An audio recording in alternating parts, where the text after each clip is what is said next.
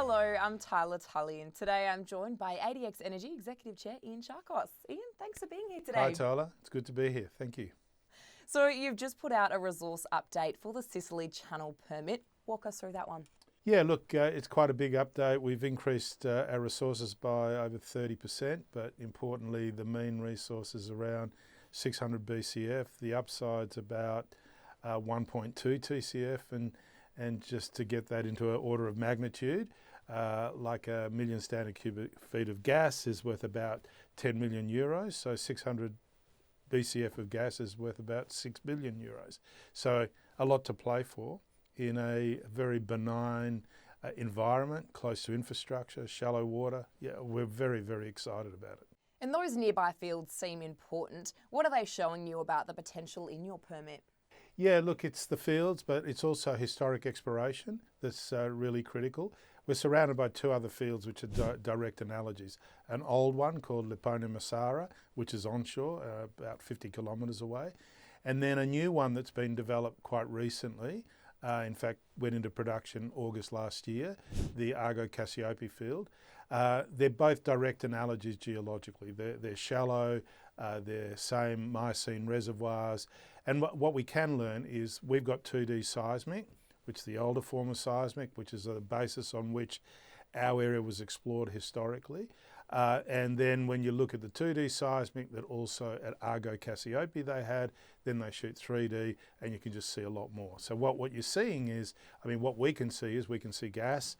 We actually have historical data from actually, exploration within our area. And what happened was they're exploring for deeper oil. As they drill through these gas zones, they'd see it in their wells. So of course we've got direct evidence that the gas is there, but then by analogy we can start to see how much could potentially be there, because what you have there is stacked pay. So it's not just like one gas reservoir, it could be up to 10 gas reservoirs.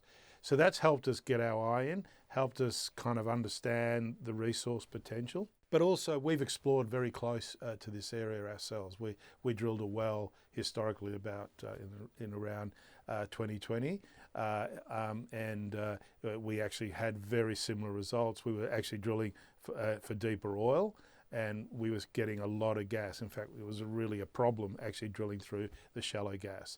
So this is a kind of an area that's been neglected for a long time. And we were lucky, we actually applied for this in 2014. So as a result, no one else could get their hands on it. Now, obviously, Europe's gagging for gas. Gas is what everyone's looking for.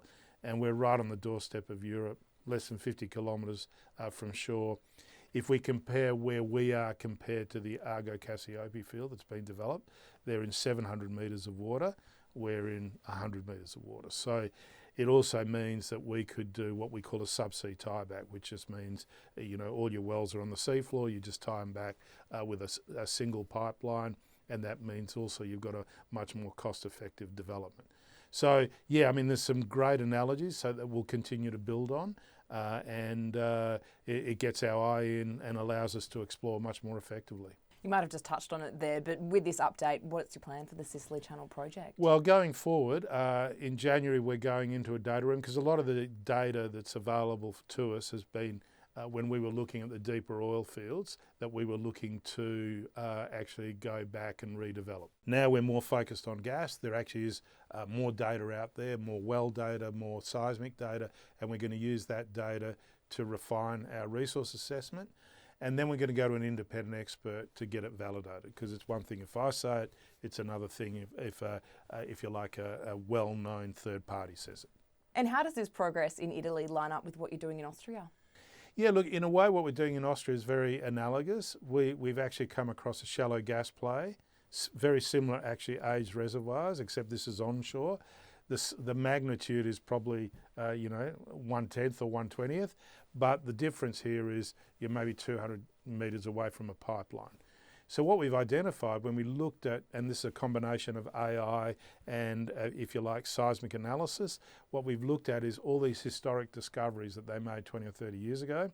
They were made with old-fashioned seismic. They were actually drilling for deeper oil, same story. They intersected gas. at around 1,000 metres, and all of these, a lot of these have been developed, and we were saying, okay, well, what's left? What haven't they drilled? And then we can see on modern seismic, there's about 10 of these things that haven't been drilled. Most of them are in our acreage, so we're going to start drilling those. And typically when we drill, oil and gas wells, we're talking about a 20-30% chance of success. In this case, we think we're sort of 70 to 90% chance of success. So they're low risk, they're cheap to drill, they're very close to infrastructure. So then that gives us the opportunity to substantially increase our existing production in Austria, and moving more from where we are now, oil at about 300 barrels a day, to gas, and being able to do it very quickly. It's definitely a very exciting opportunity. Yeah, look, it is. It provides, immediate kind of organic growth. And then you've got Italy out there, which is very high impact. If we can grow the company in between time, probably what we'll be doing in the next year or so is shooting 3D seismic, and then potentially bring in a bigger partner to maybe come and drill 2 or 3 wells for us. Ian, thanks so much for your time today. It's a pleasure, Tyler.